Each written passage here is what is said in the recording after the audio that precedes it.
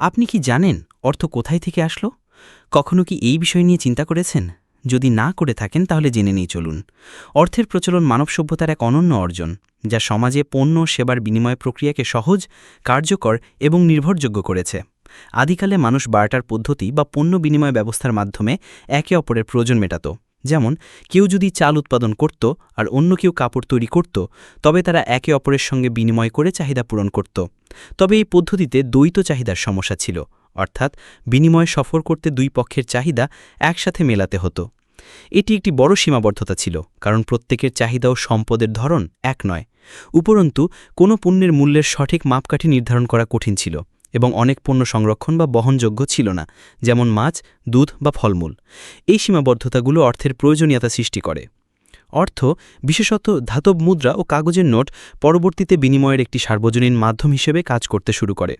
অর্থ সমাজে এমন একটি ব্যবস্থা গড়ে তোলে যার মাধ্যমে একজন সহজেই নিজের পণ্য বা সেবা বিক্রি করে বিনিময়ে অর্থ গ্রহণ করতে পারে এবং পরে সে অর্থ ব্যবহার করে নিজের প্রয়োজনীয় পণ্য বা সেবা কিনতে পারে।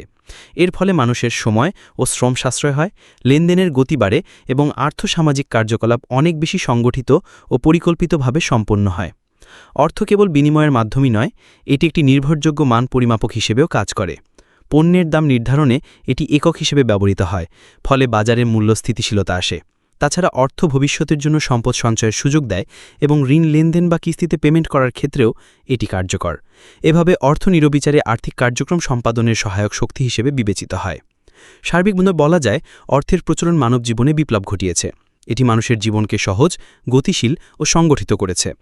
প্রাচীন ধাতব মুদ্রা থেকে শুরু করে আজকের আধুনিক ডিজিটাল অর্থব্যবস্থার মাধ্যমে আমরা দেখতে পাই অর্থের ক্রমবিকাশ কতটা প্রয়োজনীয় ও প্রভাবশালী।